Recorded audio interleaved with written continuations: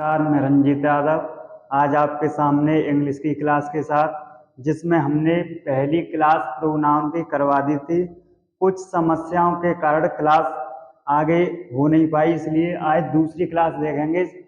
जिन लोगों ने पहली क्लास ना देखी वो पहले जाकर हमारी प्रोनाउन की पहली क्लास देख लें। देखो आज प्रोनाउन का देखो rule number 2।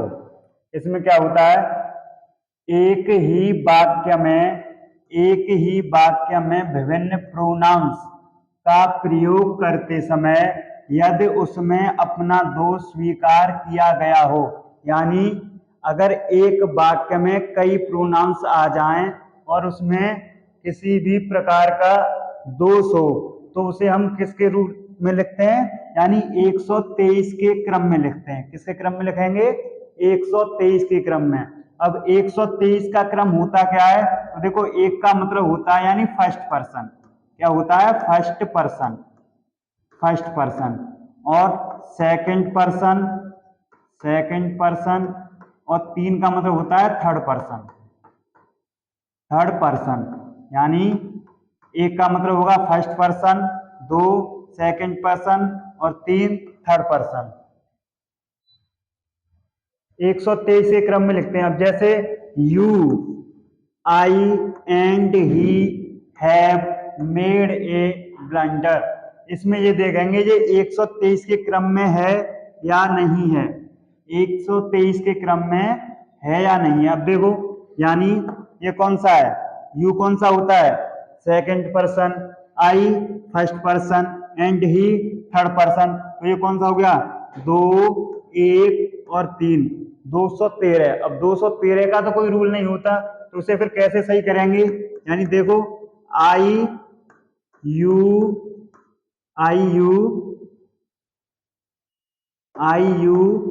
And he have made a blunder.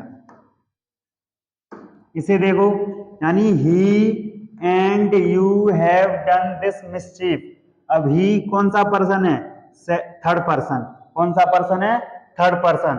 और यू कौन सा पर्सन है? Second person. तो ये कौन सा हो गया? यानी 32। अब 32 का तो कोई रूल नहीं होता, और जिस वाक्य में यानी फर्स्ट पर्सन ना दिया गया हो तो उसे किसके रूल में लिखते हैं? 23 के रूल में। किसके रूल में लिखेंगे? 23 के रूल में। यानी पहले क्या आएगा? सेकंड पर्सन, और उसके बाद क्या आता है? Third person. तो देखो सेकंड पर्सन कौन सा है? You and he have done this mischief. तो हमारा रूल नंबर 2 क्या कहता है? यदि एक ही सेंटेंस में कई प्रोनाउंस दिए गए हों और उसमें यानी कोई दोष आए तो हम उसे 123 के क्रम में लिखेंगे। आगे देखो रूल नंबर 3 देखेंगे। जब प्रोनाउन बहुवचन में हो, यानी जब प्रोनाउन बहुवचन में हो तो प्रोनाउन 123 के क्रम में लिखते हैं। यानी तीनों प्रोनाउन बहुवचन के क्रम में हैं तो हम उसे किस में लिखेंगे? 123 के क्रम में। अब 123 तो मैंने अभी इससे आगे वाले रूल में भी बताया था, तो उसमें ये था कि उसमें यानी ये तीनों प्रोनाउंस बहुवचन नहीं होंगे। इसमें देखो, यानी ये कौन सा हो गया? सिंगुलर, ये प्लूरल और ये प्लूरल, यानी तीनों प्रोनाउंस क्या नहीं होंगे? बहुवचन नहीं होंगे। तो हम क्या करेंगे? देखो 123 के क्रम में होना चाहिए। देखो जब प्रोनाउन बहुवचन में हो तो प्रोनाउन 123 के क्रम में होना चाहिए। या पहले कौन सा आएगा? फर्स्ट पर्सन, फिर सेकंड पर्सन और उसके बाद क्या आएगा? फिर थर्ड पर्सन।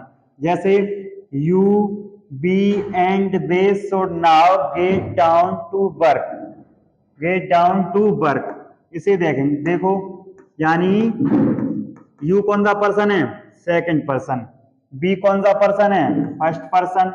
और दे थर्ड पर्सन। दे कौन सा पर्सन है? Third person. इसमें देखेंगे हमें लिखना है 123 के रूल में। किसके रूल में लिखना है? 123 के रूल में लिखना है। अब 123 यानी एक का मतलब क्या होता है? First person. अब फर्स्ट पर्सन क्या है इसमें? यानी बी। फर्स्ट पर्सन क्या है? बी। उसके बाद सेकंड पर्सन। अब सेकंड पर्सन क्या है? You, we, you and.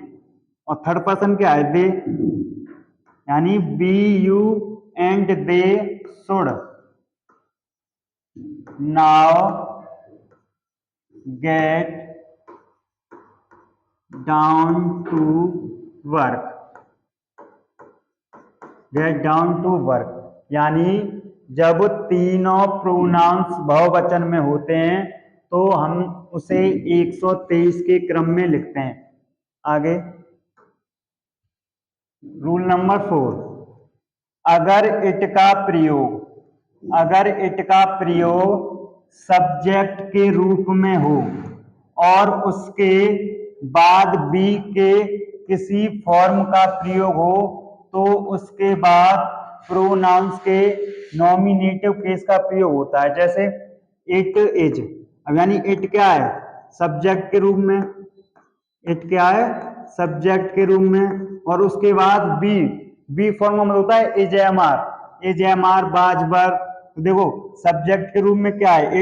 It के बाद बी फॉर्म, तो उसे क्या बनाएंगे? नॉमिनेटिव केस में लिखेंगे। तो यहाँ क्या आएगा फिर? It, sorry I. क्या आएगा? आई। देखो it is I who am to blame. आगे देखते हैं यूज ऑफ इट। अब इट का प्रयोग कहां कहां होता है? Use of it. इसमें रूल नंबर फर्स्ट, इट का प्रयोग जानवर, निर्जीव वस्तु यानी कोई पदार्थ हो, ठीक है, और शिशु के लिए होता है। अब इट का प्रयोग यानी इट का बहुवचन क्या होता है? इट का बहुवचन होता है दे। इट का बहुवचन क्या होता है? दे। अब जैसे America is a developed country. अब मैं कंट्री, अब ये बताओ अमेरिका यानी कंट्री क्या है? कंट्री क्या है? यानी निर्जीव ही तो है। तो यहाँ किसका प्रयोग करेंगे फिर? इट का। इसका प्रयोग करेंगे? इट का। America is a developed country, it is a super power.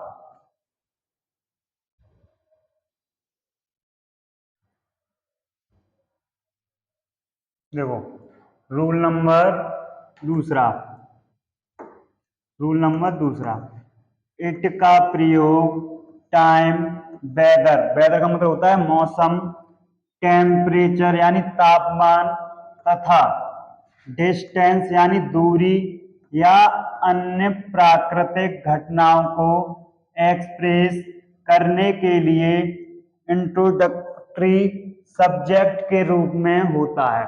यानी इन चीजों का पता लगाने के लिए या इनकी पहचान करवाने के लिए हम किसका प्रयोग करते हैं? इट का प्रयोग करते हैं। देखो इस केस में इट को एम्प्टी इट कहा जाता है। यानी इस केस में इट को क्या कहा जाएगा? एम्प्टी इट कहा जाएगा, क्योंकि इसका कोई अर्थ नहीं होता है। इट का कोई भी अर्थ नहीं होता है। अब जैसे it is raining, it is winter, it is March. देखो difference between this and it. अब दिस और इट में क्या देखेंगे? अंतर। दिस का प्रयोग किसी व्यक्ति, वस्तु के नाम, पहचान, परिचय, समीपता आदि का बोध कराने के लिए होता है, ना ही इट का। अब देखो इट का प्रयोग कहां नहीं होगा? किसी व्यक्ति यानी वस्तु के नाम या किसी की पहचान या परिचय बताने के लिए किसका प्रयोग करते हैं? दिस का। और किसका प्रयोग नहीं करते? तो इट का प्रयोग नहीं करते। जैसे this is a book, this is a pen.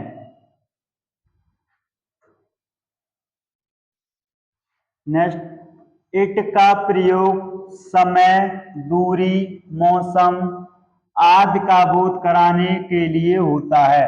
आगे, यानी ये किसका था, दिस का।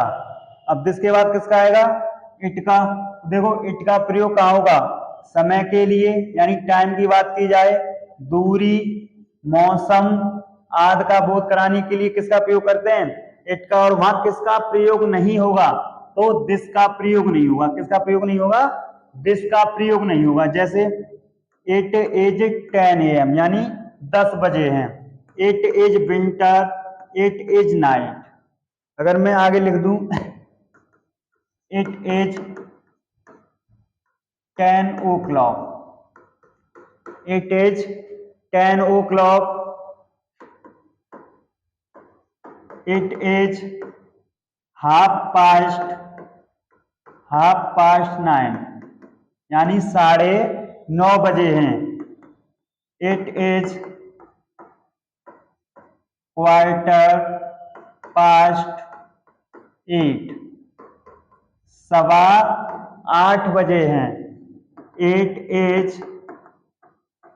क्वार्टर टू 8 यानी 7:45 बजे हैं, 7:45 बजे हैं। तो देखो यानी जब भी ओ क्लॉक आए तो 10 बजे यानी पूरा बजता है, उसके लिए ओ क्लॉक का प्रयोग करते हैं। और जब भी साढ़े बजते हैं, जैसे 8:30 बजे हैं, 9:30 बजे हैं, 10:30 बजे हैं, तो उसके लिए लगाते हैं हाफ पास्ट। क्या लगाते हैं, हाफ पास्ट।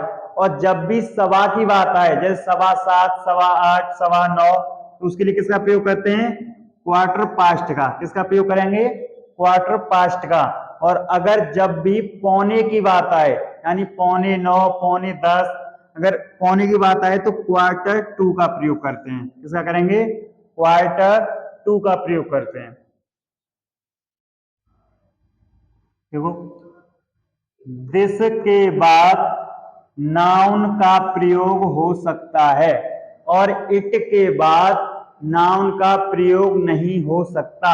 यानी दिस के बाद तो नाउन का प्रयोग होगा, दिस के बाद नाउन का प्रयोग होगा, लेकिन इट के बाद नाउन का प्रयोग नहीं होगा। जैसे दिस बुक इज माइन यानी इसमें नाउन कौन सा है, बुक। नाउन कौन सा है, बुक। तो देखो दिस के बाद नाउन का प्रयोग होगा, लेकिन किसके बाद नहीं होगा, इट के बाद नाउन का प्रयोग नहीं होगा।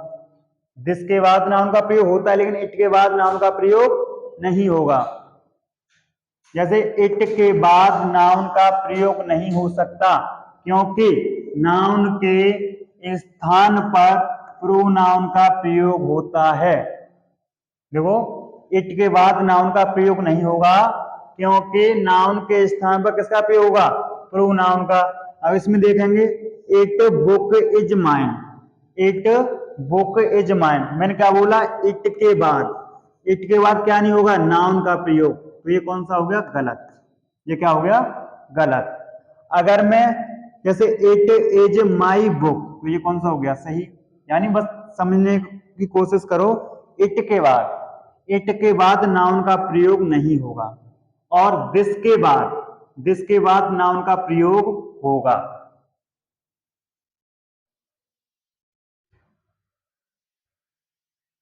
दिस का प्रयोग किसी सिंगुलर नाउन की तरह इंगित करने के लिए किया जाता है। यानी दिस का प्रयोग किसी सब्जेक्ट की तरफ इशारा करने के लिए किया जाता है। जैसे जब वह नाउन समीप हो, यानी जब वह नाउन क्या हो, नजदीक हो, तो हम किसका प्रयोग करेंगे, दिस का। अगर मैं यही बात करूं दीज की, तो दीज का प्रयोग प्लूरल नाउन की तरह इंगित करने के लिए होता है। यानी जब सब्जेक्ट क्या हो, दूर हो, जब हम नजदीक की बात करेंगे तो किसका प्रयोग होगा, दिस का। जब हम नजदीक की बात करेंगे और उसकी तरफ क्या करेंगे, इशारा करेंगे तो वहां किसका प्रयोग होगा, दिस का। और जब हम किसी दूर, कोई वस्तु दूर रखी है और उसकी तरफ हम क्या करेंगे, इशारा करेंगे, तो तब प्रयोग किसका होगा, दीज का। जैसे मैंने बोला वे किताबें, वे किताबें हैं, वे किताबें हैं, तो वे किताबें हैं दूर है, तो हम यहां किसका प्रयोग करेंगे, दीज का। किसका करेंगे, दीज। अब उसकी क्या आएगा, दीज आर बुक्स। अब यहां दे मत लगा देना, यहां दे नहीं आएगा, क्योंकि हम जब किसी सब्जेक्ट की ओर इशारा करते हैं तो वहां दीज का प्रयोग होता है। किसका होता है, दीज का प्रयोग होता है जब हम किसी सब्जेक्ट की तरफ इशारा करते हैं। जैसे दिस बॉय, अब इसे देखो, this boy is very intelligent, यानी यह लड़का बहुत क्या है, होशियार है, इंटेलिजेंट है। तो देखो जब नजदीक की बात होगी तो दिस का, और जब दूर की बात होगी तो दीज का। आगे जैसे इसमें एक आ जाता है दैट, दैट, और दैट को बोलते हैं जैसे वह, तो वह एक टेबल है, जैसे वह एक टेबल है, वह एक टेबल है। मैं अगर इशारा कर रहा हूं तो वह क्या आएगी, that, that is a table, that is a table. दूर है लेकिन क्या है, सिंगुलर है, दूर है लेकिन क्या है, सिंगुलर। अगर मैं यही बात करूं दोज, दोज, तो ये दूर है लेकिन क्या है, प्लूरल यानी बहुवचन है। जैसे वे कुर्सियां, वे कुर्सियां हैं, वे कुर्सियां हैं, तो यानी इशारा कर रहे हैं those are chairs, those are chairs, यानी बहुवचन है। जैसे वे कुर्सियां हैं, ज्यादा कुर्सियां हो गई, और हम इशारा भी कर रहे हैं, तो क्या हुआ, वहां किसका प्रयोग करेंगे, दोज का। और अगर जैसे दूर कोई वस्तु रखी है, वह एक टेबल है, और है कौन, क्या सिंगुलर, तो किसका प्रयोग करेंगे, इज का। तो ये देखो पहला होता है, पहला होता है दिस, दिस, सॉरी, दिस। फिर क्या होता है, दैट, दिस और दैट। अब दिस एक वचन के लिए आता है और दैट भी एक वचन के लिए आता है, और दिस का मीन्स होता है यह, और दैट होता है वह, यानी ये पास के लिए, ये थोड़ा दूर के लिए। अगर मैं इसी का प्लूरल बनाऊं, प्लूरल बनाऊं इसका, तो क्या होगा, दीज, दीज। और अगर इसका बनाऊं तो क्या होगा, दोज, दोज। वर्ड दो होते हैं, दिस और दैट। दिस का प्लूरल बनाएंगे तो दीज, और दैट का प्लूरल बनाएंगे तो दोज।